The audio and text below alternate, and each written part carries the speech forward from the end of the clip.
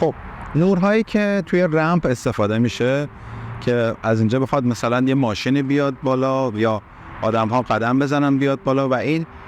حالت ویدی که ایجاد شده،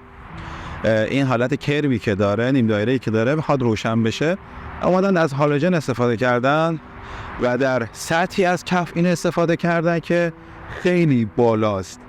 با اینکه یه دیفیوزر زنبوری مانند هم روشه و بسیار هم داغه، یعنی نور خیلی پرحرارتی هست. حالا یا هالوژنه که هالوژن 50 وات مرسوم میخوره.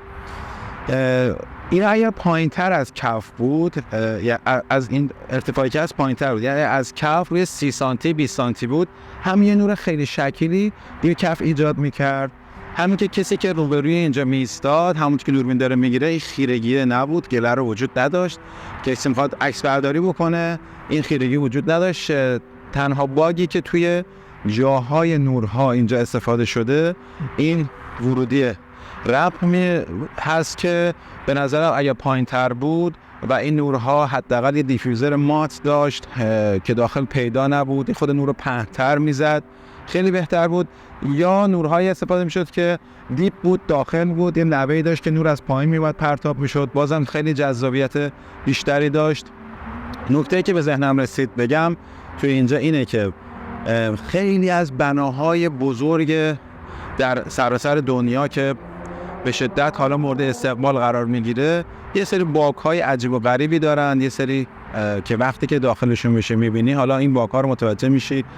میشه دونه دونه دربارشون صحبت کرد که اگه اون باگ‌ها نبود مثلا خیلی جذاب‌تر بود. ولی کلیت کاری که با هم جمع میکنی، یه کار مثلا نمره از 100 میتونه 90 یا 95 رو بگیره، ولی همین جزئیات ریز هست. کسایی که میخوان نورپردازی بکنن، دوستان یا همکارانی که میخوان این کارا رو انجام بدن، توجه به نکته‌های ریزه که میتونه یه کار رو خیلی شاخص بکنه و خود اون کسی که میخواد این نورپردازی رو انجام بده، حالا تک تک این محدودیت‌ها یا مشکلات یا معایبی که متوجه میشه و اعمال میکنه روی کارهاش، تو مراحل نورپردازی هر چی جلوتر میره اینا کمتر میشه و اون